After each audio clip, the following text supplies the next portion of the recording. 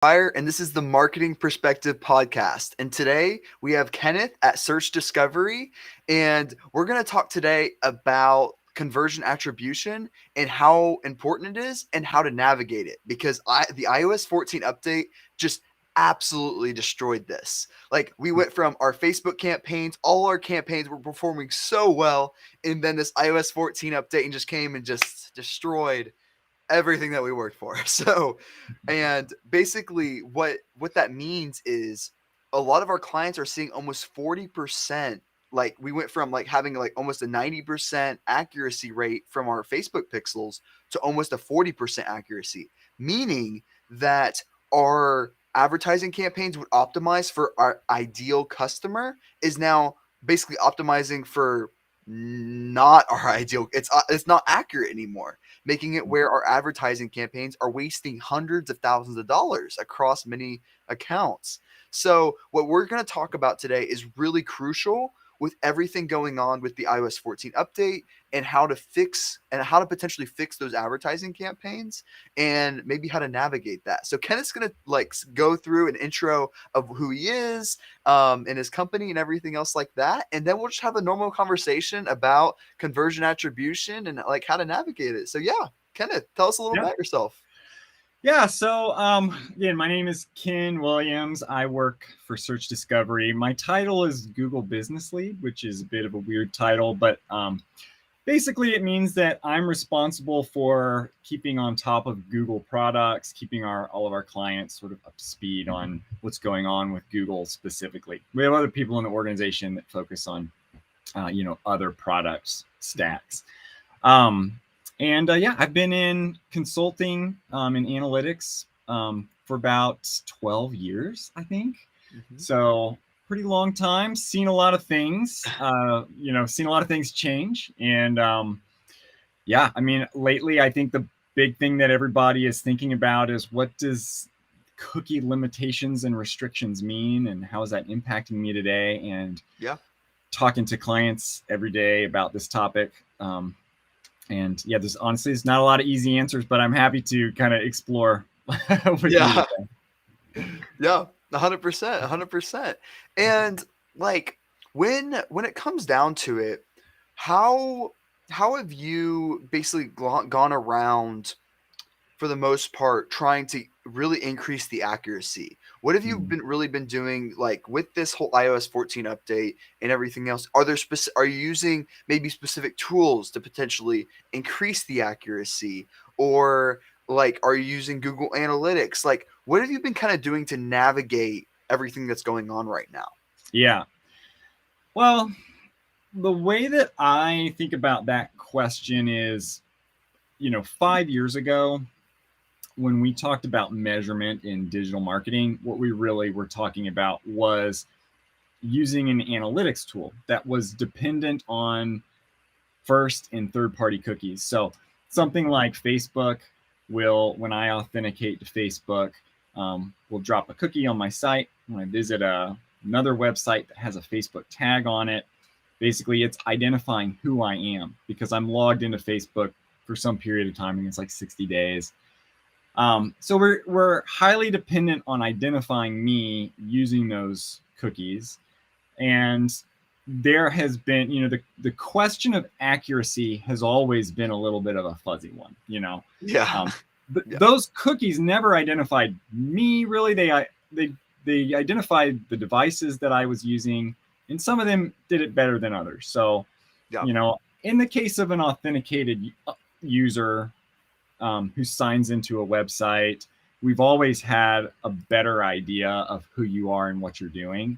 Yep. As soon as you sign out, we're just tracking what's happening on your device and assuming that that's you. And then, you might have different browsers on your device that look like completely different individuals. So we've always had accuracy issues. I think that analytics is never been, the objective has never been to be perfectly accurate. The objective has always been, what kind of information do I need to know to make smart decisions about where I'm investing in marketing? Mm-hmm. And you can do that without a complete view.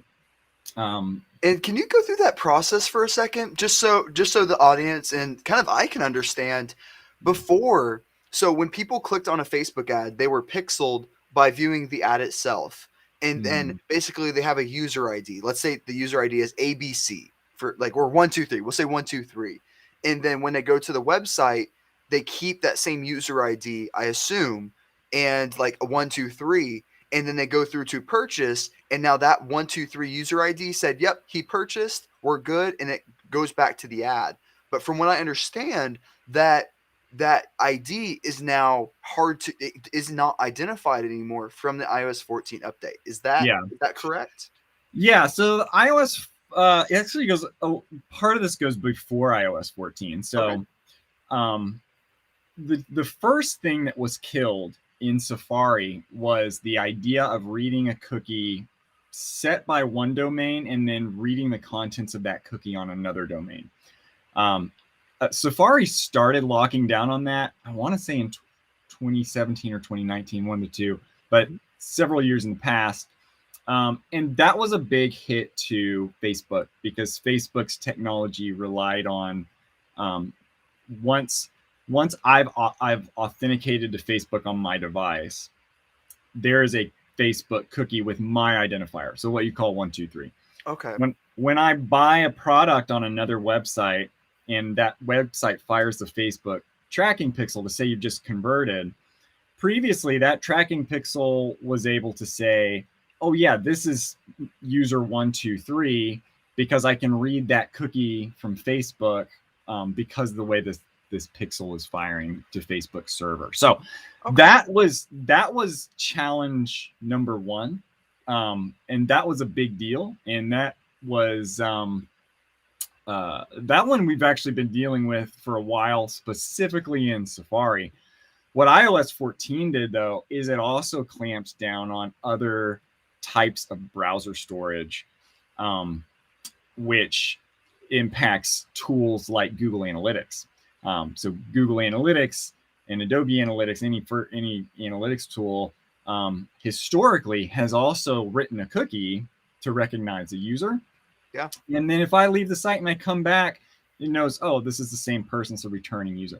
Even if I'm on a website in a session and I go page to page, cookies are used to make sure that we remember as you cross pages that you're the same user.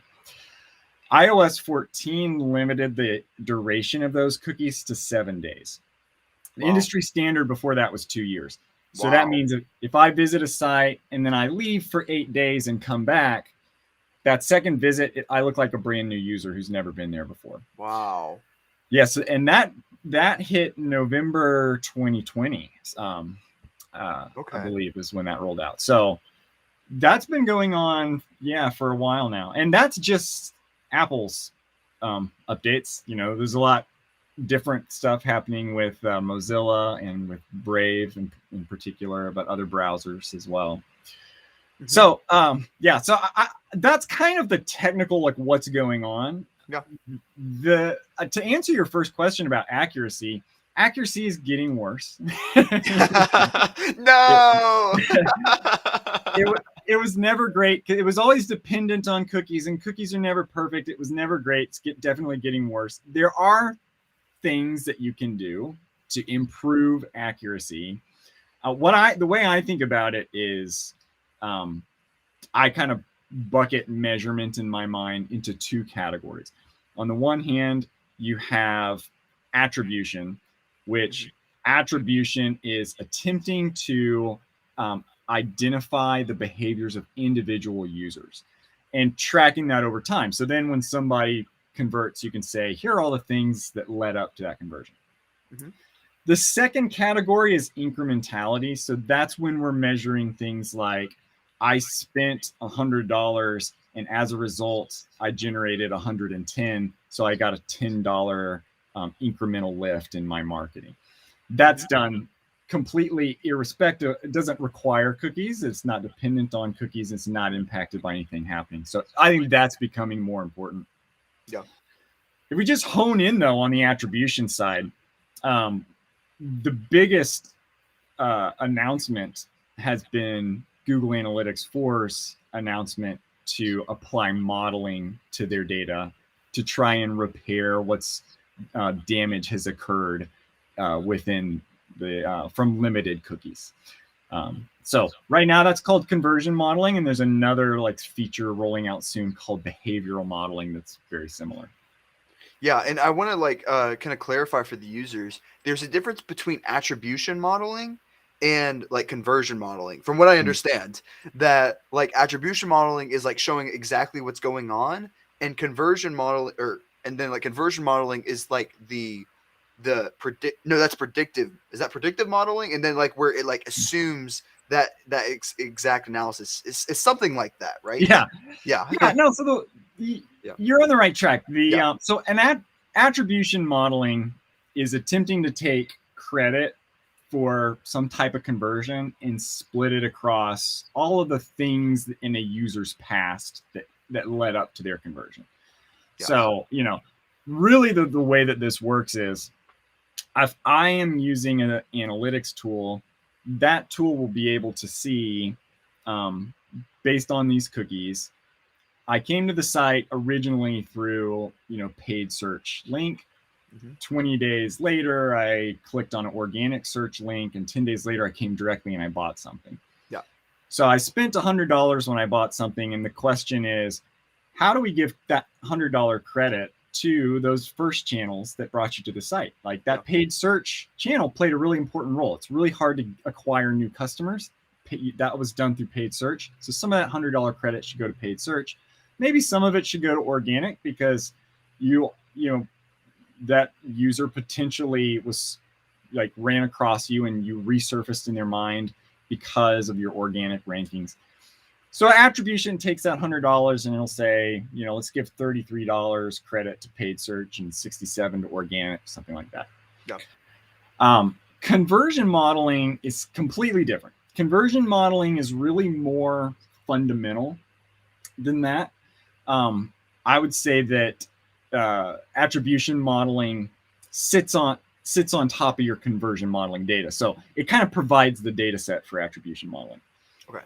So if you imagine that scenario I just gave, where a user comes to the site first through paid search, then through organic, then direct. We know that in Safari, if the distance between two of those sessions was greater than 7 days, we actually think you're a different user in the analytics tool. So that's the problem conversion modeling is trying to fix. It's trying to recreate that path that you probably came through. And they do this by taking the users who have high quality data and separating them from the rest of your users where we know that you've got data quality problems. Okay. They apply some machine learning modeling to say, based on the good quality users, this is what we think is actually happening. Mm-hmm. So you have observed data, which might tell me I have two different users, one that came through paid search, another one came through organic and direct and made a purchase. But the reality is we think that's one user who did that whole path. And so, they're kind of trying to repair that. That is the data foundation. When conversion modeling is complete, the attribution modeling then comes in and looks at and tries to divvy out credit. Okay. Yeah, that makes sense. So when it comes to tracking, like it's really important to have a channel level, like even like ad level, like say when you optimize your Facebook ads, it's really important to know which like ad set, which creative, because you don't know which creative is doing the best if you don't really use attribution. You like there's no room for optimization because you don't know what's working and what's not working. Yeah. So that's where we started using server-side optimization, which kind of goes around that, it basically uses the customer data on the back end and submits that like their email and like all their name information, submits it to Facebook, and it attributes it based off of which ad they clicked on, essentially. Yeah. And that's what we've been using a lot on our Facebook ads, is basically a lot of server-side optimization to kind of get that going. But like, what what are you primarily using Google Analytics to do all your attribution and conversion modeling, or are you using another, like I've done a lot of like research on like attribution tools like ruler analytics. Elevar is a good one if you want to improve like accuracy rate and things like that. But like what what are your main analytics tools that you've been using that have been helping you make informed decisions? That's a great question. So, I'm biased. I'm the Google Business Lead. I go very deep into Google Plus. Consulting a long time. I've worked with a lot of other products. I have a ton of experience with Adobe Stack as well. I think to the first part of your question, what I might say is there's you might think of this as three different levels. There's a very fundamental base level of trying to understand who a user is, and there are tools that we can use to be better or worse at that. So Google Analytics has this, Google Tag Manager has a new container type that runs on a server, and it allows you to do exactly what you just described. So you can use the Facebook conversion API with that container. It's just an easy way to roll it out. You don't have to use Google Tag Manager server side to take advantage of that API. But one approach that is becoming more and more important is when you have a user on your website and you have identifiable information about them that can be used for matching, getting that information to Facebook or to Google Ads. Google Ads also has a conversion API that they released, I think, last summer that does the same thing. But getting that information to them in a way that matching can be done is a way to repair or get around potentially damaged cookies that would previously have been used several years ago. So that is a big part of this. That only solves the problem for those users who are authenticated typically on your website. So, there are some kind of hacky things that people do as well to extend to try and make cookies stronger and more durable. You can also use a server to do things like rewrite a cookie so that you can extend the duration of that cookie. If you set this up so that your server is on the same domain as your website, Safari will allow you to do that. So Safari, like I said earlier, wants cookies to be limited to 7 days, but I could deploy this hack and actually extend that duration to 2 years like it used to be. That is something that, I do have clients who have done that. I think it's a short-term solution. I think that Safari absolutely has the power to roll out an update that will prevent you from doing that. And that might come in the future as well. So there are some clients who are investing in, let's try and prop up cookies. I don't think that's a great long-term solution, honestly. There are other clients who are saying, when I have an authenticated user, let me take advantage of matching where I can. That's probably a better solution, but requires a bit of a more complex setup, probably in most cases. Okay. So what would you recommend to someone in e-commerce? So they like let's say they have an e-commerce website and they're spending money on Facebook ads, Google ads, Instagram ads. They're sending all this traffic to the site. What would you recommend? So would you recommend using UTM links where you put the UTM of the campaign name and everything else, and it tracks everything? The Google Analytics will track that URL saying like UTM source Google, UTM source Facebook ads, like everything else where you have those parameters, and then sending traffic that way. Like, what would you recommend to an e-commerce seller saying, hey, I want to track where people are coming from and have my accuracy as high as possible? What would you say to that? I mean, what I would say is you need a two-pronged strategy. So you need a strategy on the one hand for optimization. Like I am running a campaign and maybe I've got multiple different creatives running, or I just need to be able to compare the relative performance of this campaign to some benchmarks that I've set. You absolutely should be doing that the same way that you always have. You should use UTM parameters. You should be doing what you can to, to make sure you've got the best matching possible. So basically, that is what that really means is when you have authenticated users with like an email address and you can use Facebook's conversion API or Google Ads. I think this feature has been hinted. It's probably coming to other Google products as well. You should use that. That will make that better. And that gives you that quick information that you need to make optimization decisions. What that doesn't do, though, and what it's really never done, is tell you, is this working, right? Like the real fundamental question of, I just bought some advertising. Did I get my money's worth? Or what did I get from that?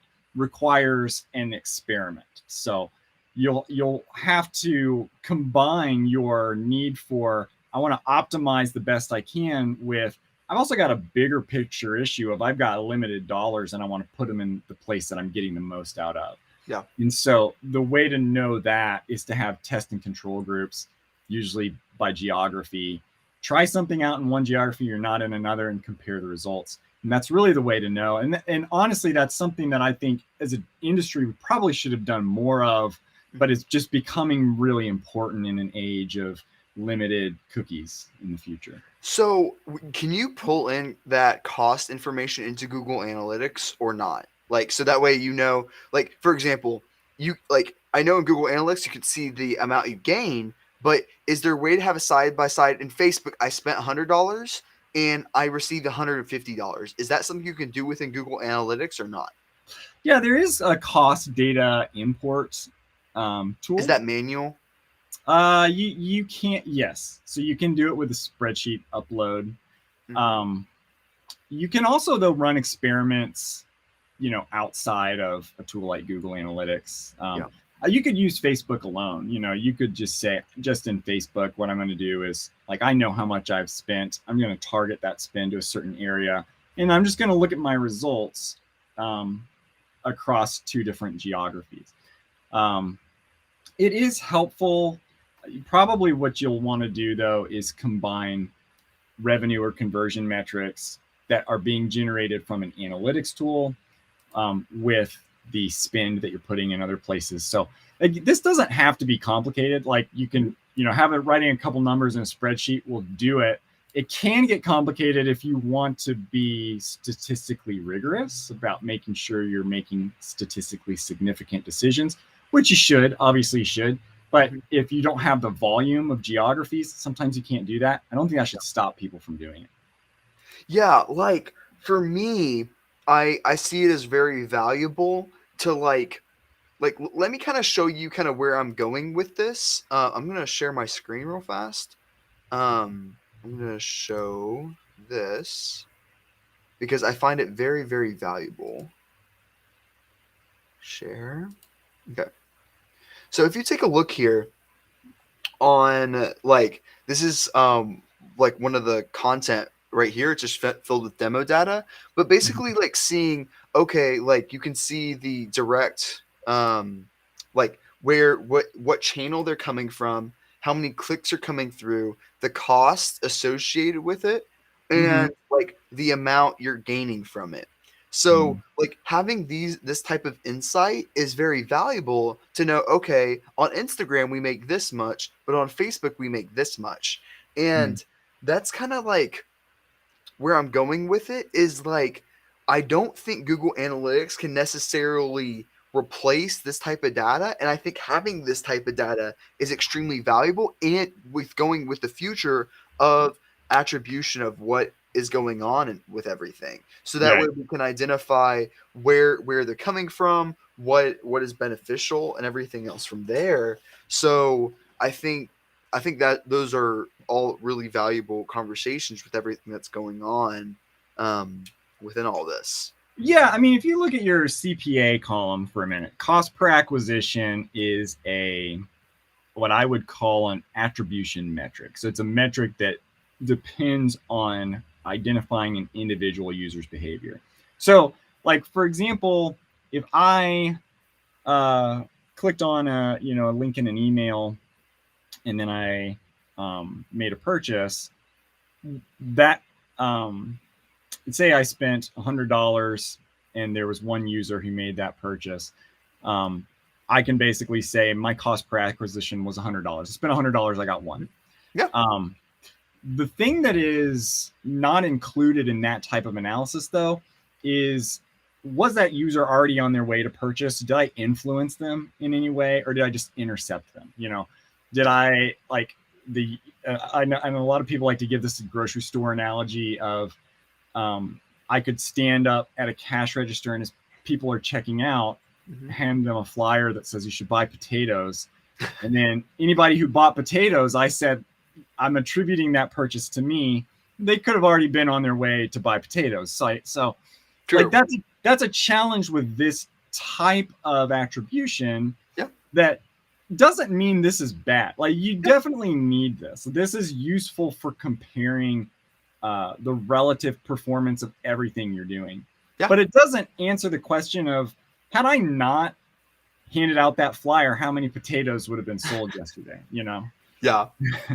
And like, I think it's valuable to know, like, at least with what's going on here, to know what type of channels are performing the best, what is profitable and what's not. So that way you can, it's very actionable to see how much more do we need to spend on Google Ads? How much more do we, and what's awesome about this is you're actually able to change the attribution to first click, last click. So you can see, okay, people started out clicking on our Facebook ads and then eventually clicked to everything else, like clicked a Google ad next after that. And I find that valuable within all this information. And like, I think going forward that's going to be critical to know these type of things, to know what to focus your time on and where to allocate the most money toward, and having like even like a lifetime value in all this would be even more valuable. But like, I think this is kind of the future of attribution and how we can correctly identify where to spend more dollars in, because like you like this right here, this view right here is super actionable. You can say, okay, we spent this amount on Facebook, we got this amount on Facebook, we need to push more toward Facebook. And within like Google Analytics or any other tool, like where you have to like look in all these different spots, it's really difficult. Like it's kind of where to like see everything and all that. So I think the future of like e-commerce and other things like that, I think this is going to be critical to know this type of information with everything that's going on. What do you think? Yeah. I mean, I think there are different ways of measuring your performance that give you different views. So if I take a look at my data only in an advertising platform, like same in Google Ads, all I'm seeing is Google Ads activity. So I don't necessarily know, yes, this user, saw, maybe they clicked on a paid search advertisement that I had, and then 30 days later, they made a purchase. I don't know what else happened in that tool. There's a second class of tool like what you're showing here, which is what Google Analytics and Adobe Analytics and basically all of these tools sort of fall into this category, which say every time somebody comes to our website, we classify, we use some logic to figure out where they came from. And we keep track of that over time, and we can give you this view that's broader than any one tool. So that's absolutely important, and I don't think that's going away. Sure. And I do think, at the end of the day, doing this well is all about setting an expectation and then identifying, did I meet that or not?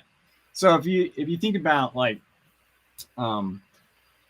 worst case scenario, I have some marketing budget and I go out and I just start spending it. Yeah. The first question I'm going to get is, did you spend that money well? Yeah. Yeah. Yeah. And so before you start spending money, the first thing you have to do is make some guess. Like, what's my educated guess? It's sort of like a Bayesian statistics approach of, I'm going to set, before I even start, I think with $100, I can get 10 conversions. Mhm. And you go out and you try it, and you look at the data, and you either hit it, you were above it or below it. Doesn't really matter, but now you've set a benchmark, and you can make a smarter decision the next round. Yeah. I'm going to try something different. I think I can get 15 this time.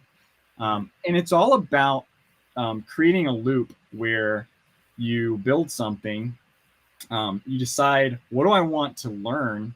You measure it, and you go through this cycle. So I built something, I measured if it did what I thought it did. Now I've learned, and I build something else. And over time, you're improving that. And you don't need perfect cookies to do that. We're going to have issues with cookies, but those issues are things that, like I've said before, we've always had. We're not trying to get at a perfect view of everything that's happening. This concept of, I'm going to give you a 360 view of your customer, was always kind of silly. We talk about that in marketing a lot with CDPs. We're never going to get there. We don't need to get there, though. Really, it's about benchmarking, making guesses, being creative, thinking about how can I push beyond what I did last time, and improving through a cycle of continuous learning. Yeah. True. Yeah, like that's really what it's about. And like I think it's really important to have not only a dashboard, like a dashboard that is actually understandable. Like you can have a dashboard that has all your numbers and like where you have like you just look at it and you have no idea what's going on. That's 100% possible. But having an actionable dashboard is critical. Saying like, okay, we spent this much and now we got this much out of it, or like Mhm. where you are understanding it to where it's actionable so you know what steps to take next on it. So you see, Yeah. okay, this creative's working. We need to push, we need to make more creative like that. Whatever like that optimization looks like, it's super important to have a dashboard and have those analytics to where it's easy to understand and you know what to do next with it. Because I see all these dashboards that look great, but they're not actionable. They Right. just have the data and it's just not useful. So Yeah. what analytics tools have you like, is there like I know you said you use Google Analytics and Adobe and everything else. What would you recommend to someone that's trying to get the most out of their advertising, kind of see the cost, see the like maybe try to get some conversion modeling in there. Like what would you recommend a person, a seller, an e-commerce person to try to get the most out of their advertising and trying to see where the attribution is coming from?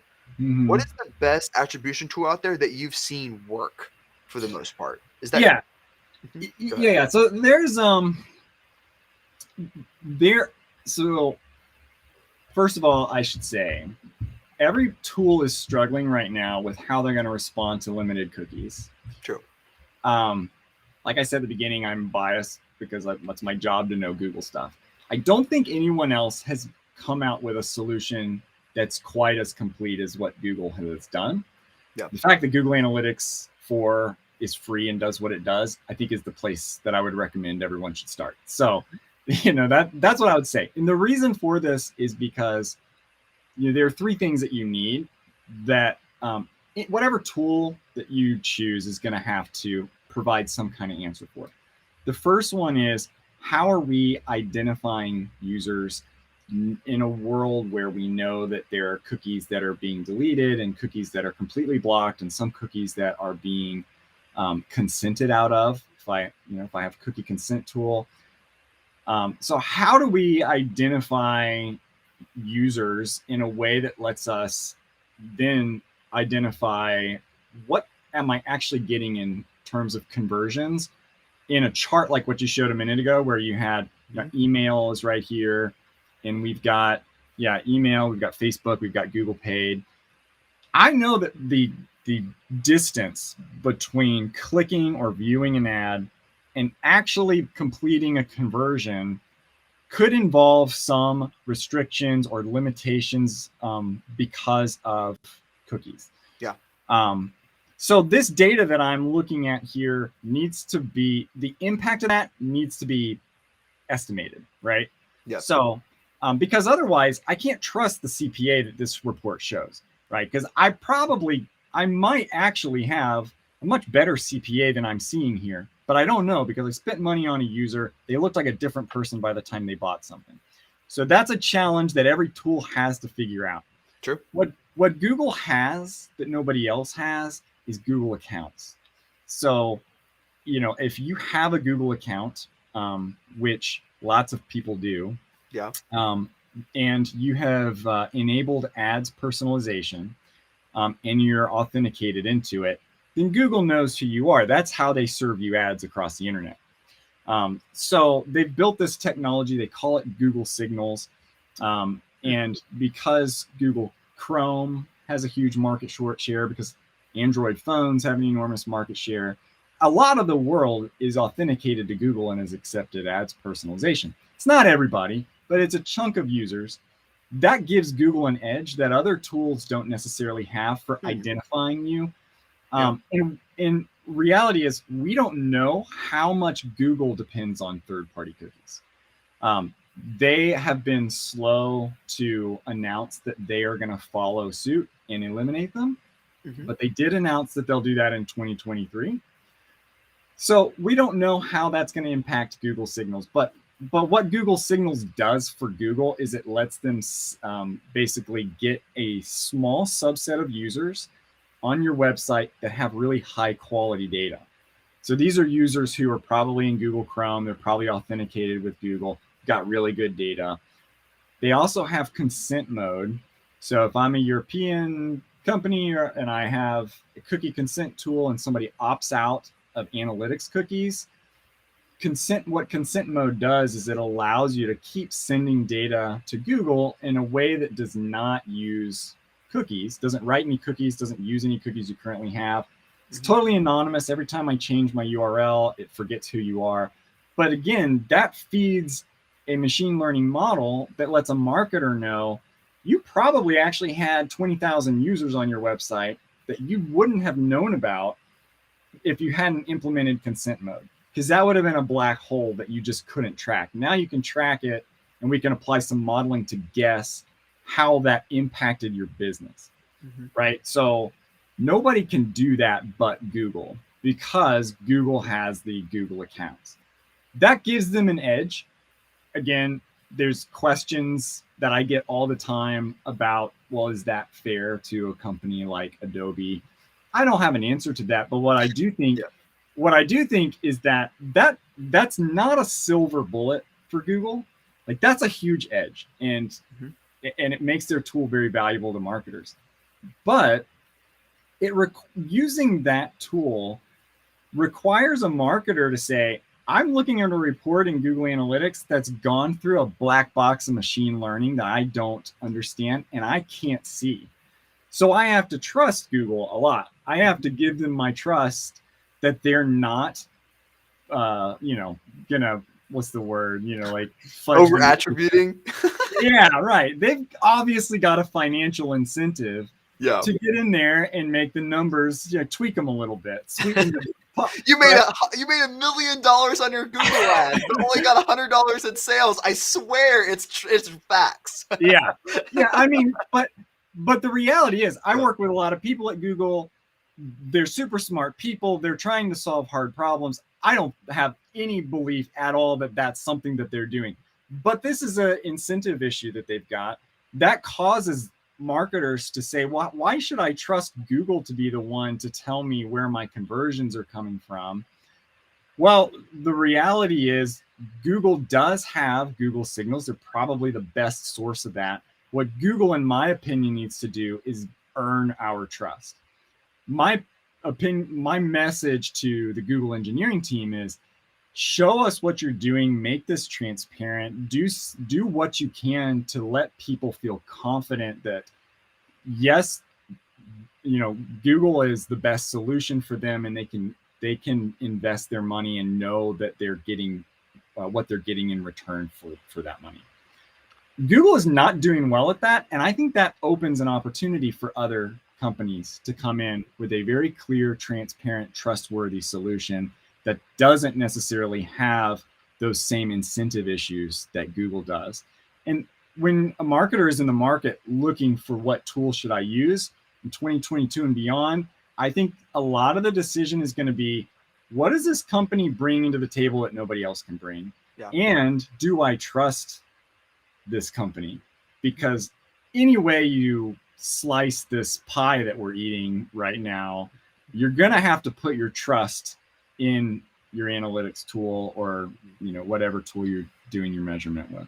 So what I'm hearing is it sounds like the best solution would be to use Google Analytics as the attribution tool for a third-party site that's able to bring in the integrations of other data points. So like kind of very similar to like using this, but using Google Analytics as the actual attribution of the tracking software, but using another third-party tool to bring in the Facebook data, bring in the Facebook cost, bring in the Google cost, bring in all the other costs as the integration point, is kind of what I'm hearing. Is that right? Yeah, I think it is. So what Google can do that you can pull, that you really need Google for, is identifying those conversions. Yeah. And sort of offset, improving my attribution data, like improving the data that I get that relies on cookies. To your point though, there are gaps in that, and cost is a huge one. So being able to pull that data together can be done in a simple way. There are tools like Supermetrics that let you, in a Google sheet, pull data from all your channels and analyze them. The enterprise way to do this for a large company is to use the Google Cloud Platform, which if you have Google Analytics 360, or if you have Google Analytics 4 and you have a small volume, so under 1 million events being generated a day, you can have that data pushed in a somewhat, not completely, but a somewhat raw format into a database that you can run SQL queries against. You can create, you can plug in tools to pull data from Facebook or pull data from Google Search Console and run analysis. It's cross channels and that kind of thing. So yeah, that Google Analytics alone does not solve the whole problem. It solves a pretty important foundational piece of it, but there is a bit of a like data engineering integration component that you need to do, which can be, again, a Google sheet, or it can be really sophisticated. Okay, so question. This is going to be like a very complicated question. I'm trying to phrase it in my mind. Okay. So if it is, first of all, first question, is there any way to automatically import the data into the cost data? Because it seems like there'd be a solution like this already, to automatically import the cost data into Google Analytics. Is there not a solution out there like that yet? Like, or does Google make you pay for the 360, the $1 billion thing, in order to do that? No, there are solutions for that. I haven't seen any for the new version of GA, just because it's only a year old. They probably are around. The thing that you'll have to do though is be careful about where your data is, and where all the places that you have that cost data, because there will be point solutions that are built by not by Google and not by Facebook, but by third parties that do help you do that data transfer. So I mentioned Supermetrics before. There's another one called Fivetran. There are companies who are really good at, all they're doing is they're using the APIs. So I'm going to send an API request to Facebook, and it's going to tell me how much you spent by campaign. And then I'm going to upload a doc into Google Analytics. And as long as you have those UTM parameters set where your campaign name is the same in Google Analytics as it was in Facebook, it can use that as a join key and import all the costs. So that's how that works. But yeah, those are on the market, for people who need them, especially with the old version. Yeah. So like there's one thing like attribution, like where it like you're able, that's just for reporting, but it's also important to communicate back to the original software it came from, like Facebook ads, so that way Facebook can optimize and communicate back. So it sounds like You can either do that through like Facebook site itself or Google Tag Manager, so that way it communicates back to Facebook or Google or Instagram, whatever it may be. But like what I'm hearing is you can use Google as the tracking software to track users. And then you can use a third party to pull in the cost and the tracking information to know how much you made per platform. And then you can use server side optimization to doing the actual the actual optimization of those campaigns. That sounds like the holistic. Did I get that right? Yeah, Yeah. I think so. You know what? Can I share my screen? I Yeah. actually have a slide that I think might help clear this up. Okay, one second. I do not think I have an option to share my screen. Let me see if I can do something. If I can't, that's okay. I can. Is there not a share screen button right there? Like right there? I have mute, disable camera, or settings. I don't have shares. Let me see if I can do something real fast. Oh, wait. I found it. Perfect. I'm in. Cool. Okay, so this chart is something that I've been using with a lot of our clients. Okay. This is intended to show you the larger measurement story, right? So again, I say that I have multiple channels that I'm working with. I've got a budget that's spread across those channels. And my goal, I've got two goals, I would say. One goal is I need to know these larger questions like I mentioned earlier. Like, am I getting a return on investment that's positive?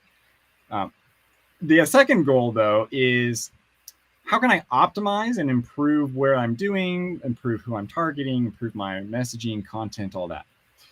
So the way that I think about it is you've got these two larger halves of this pie. On the left side, you have attribution, and on the right side, you have incrementality. Now, the left side is really what we're talking about today. Yeah. The foundation of that is server-side tag management. And that I would also what the server does is allows you to have a secure connection between your website or your mobile application and your vendor like Facebook. Yeah. So you can actually pass information that would otherwise be private. And you can do that in a secure way. It can be hashed. You can have the personally identifiable sort of nature of it removed by using different types of ways of encoding that. So that allows you at a very foundational way to say, I'm now recognizing these users.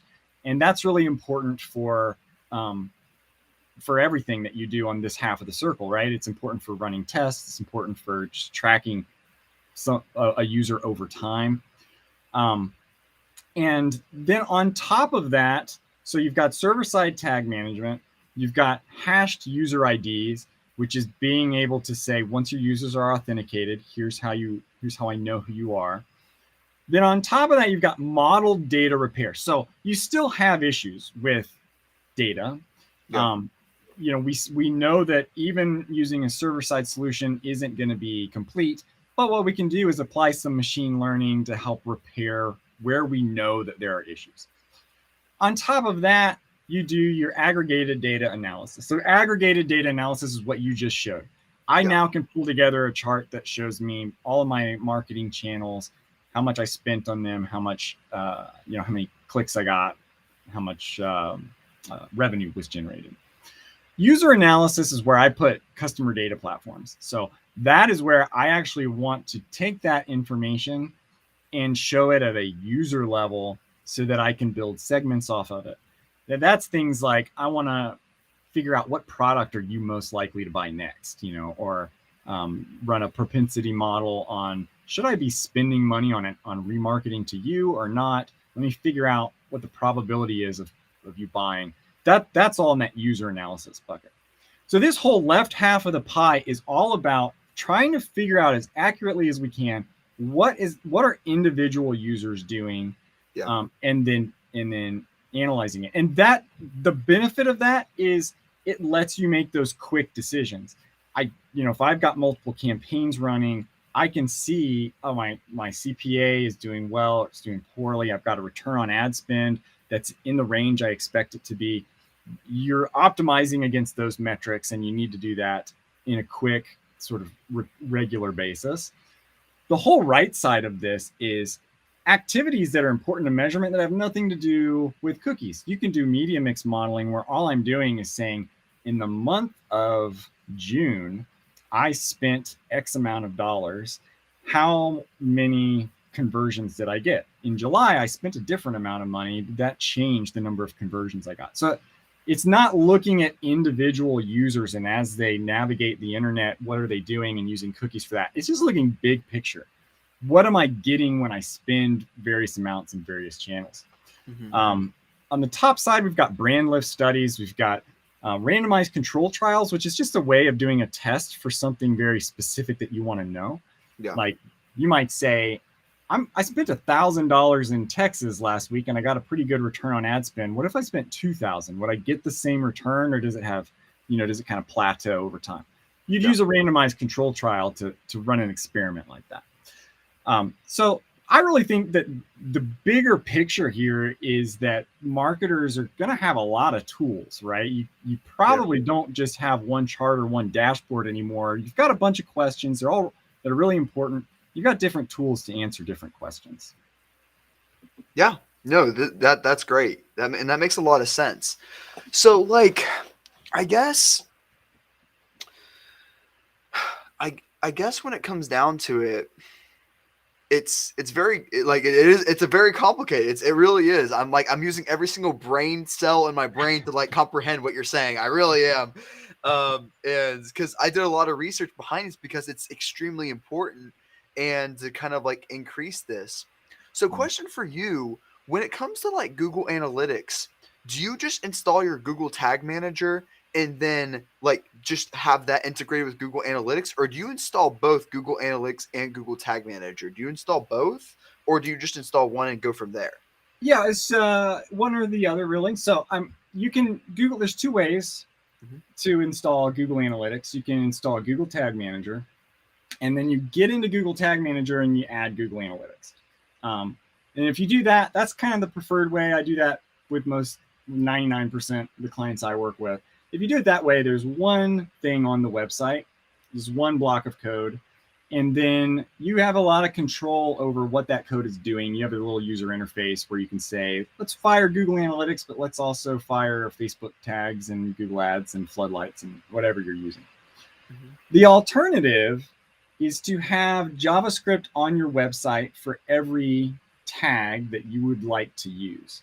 So if you're going to do this, say that all you care about is Google Analytics, probably don't need Google Tag Manager. You could use just the JavaScript for Google Analytics, and it's called the global site tag. It's what you use, or the G tag. So there's a little JavaScript snippet you copy and paste in the top of every page of your site, and that's basically it for the basic tracking. And you can do, you have a lot less flexibility. Anytime you want to change something, you have to get in and change the JavaScript. So, I don't do that very often, but, every once in a while there's a reason to, and you use that too. Yeah. So when it comes down to it, it sounds like Google Tag Manager would be the best way to approach that situation. And what do you see in the future with everything that's going on? Do you see it like us continue? Like, do you see yourself continuing using Google Analytics? What are some future plays in here to like really start attributing this in the right way to really make some informed decisions? Like with your current clients now, do they usually use the broad spectrum? Do you go granular and try to find channel by channel? Like what are you doing right now to help clients attribute sales accordingly? Are you just looking at big picture stuff?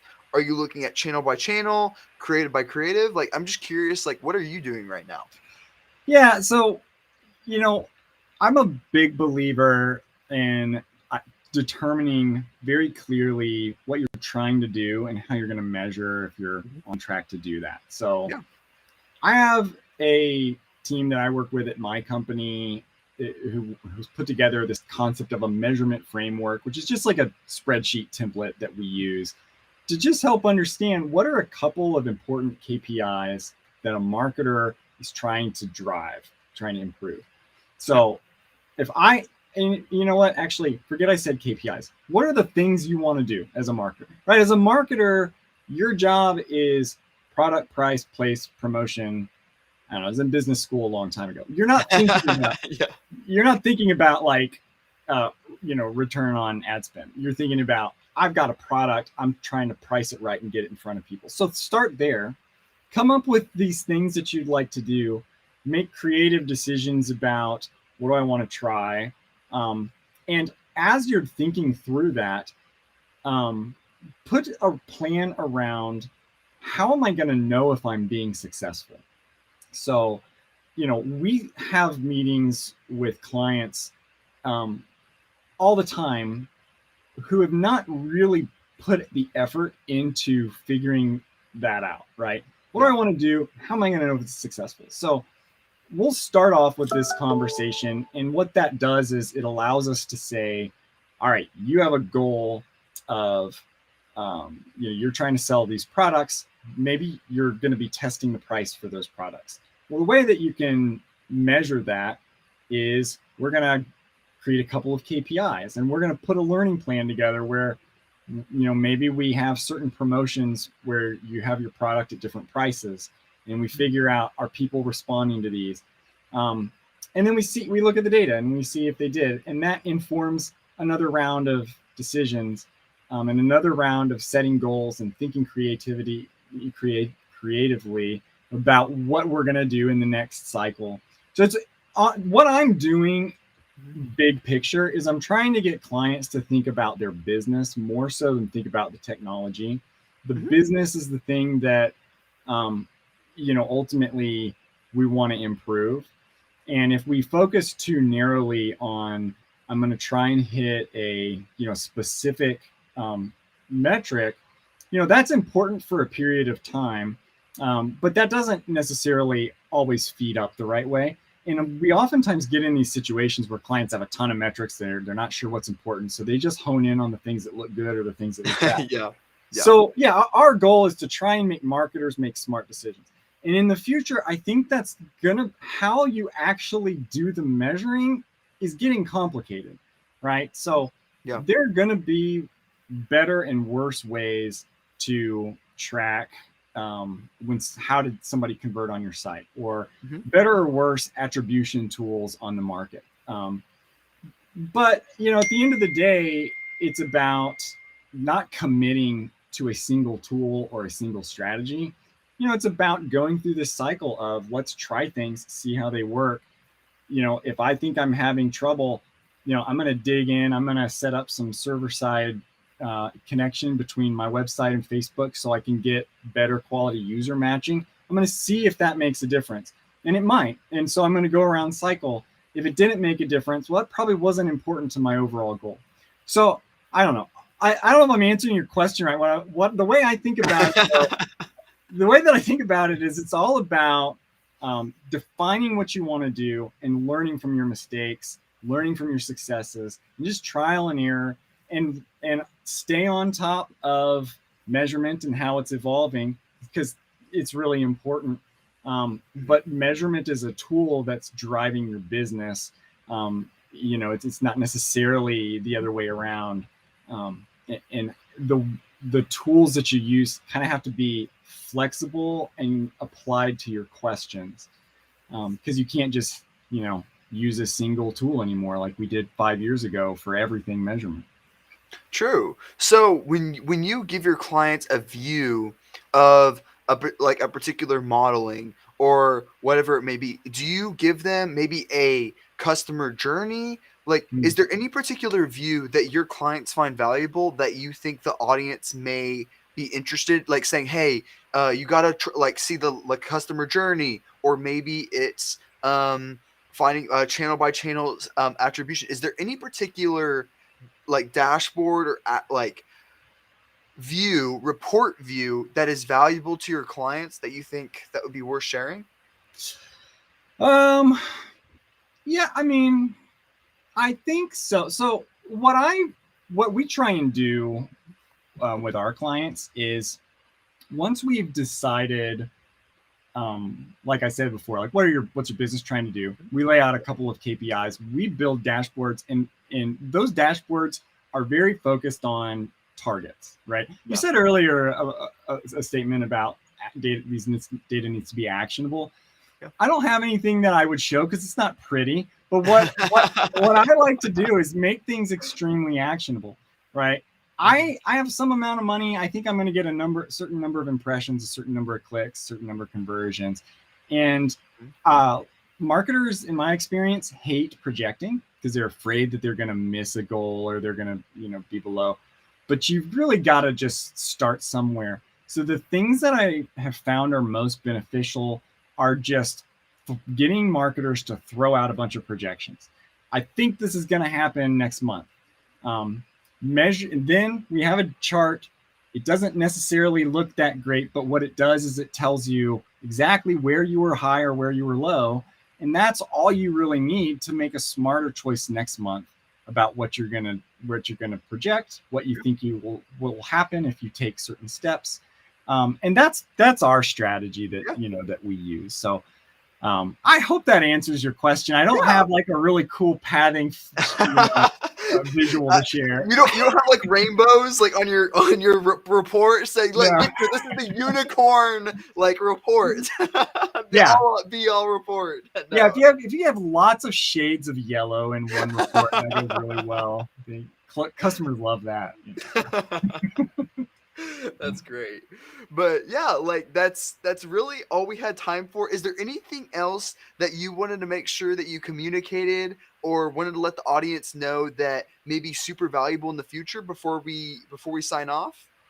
Yeah, no, I mean, I would just wrap up. I think the summary, I've said a lot. A summary of what I've been getting at is, there are a lot of tools for measurement.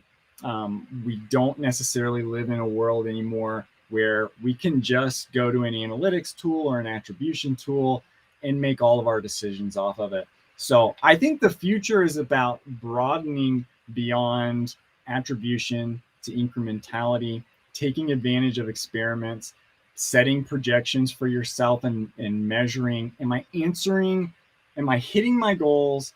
Am I answering those big questions of, am I doing something that matters? Am I really influencing people? And try and get yourself in this cycle of learning where you're improving yourself over time. So, that's just, that's the summary. That's the way that I think about it. Yeah, that's great. That's great to know. So Ken, tell them how people can find you, where they can follow you, where they can contact you, or like your business or wherever. So that way, any of our followers can find you. Yeah, so I work at a company called Search Discovery. I have a blog at ken-williams.com that's all about Google Analytics 4. I do a ton of work on Google Analytics specifically. So if you go to my website, there's a newsletter you can sign up for, and every month I send out updates. Here are all the things going on at Google that people should know about. And I'm on Twitter at Ken Willie, and there's something also, people in analytics use a Slack group called the Measure Slack. So if anyone is like kind of into data analytics, wants to get into Google Analytics, you go to join.measure.chat, and I'm in there as at Ken Willie as well, same as my Twitter handle. Happy to connect with anyone. Actually, I enjoyed the time and appreciate being on the show. Yeah. Thank you for coming on. This was like, if you guys like, I bet I used every single brain cell in my brain to understand this. So hopefully the audience was able to be a little bit more intelligent to understand everything. But yes, Ken, thank you so much for hopping on. You definitely know your stuff. And thank you everyone for watching.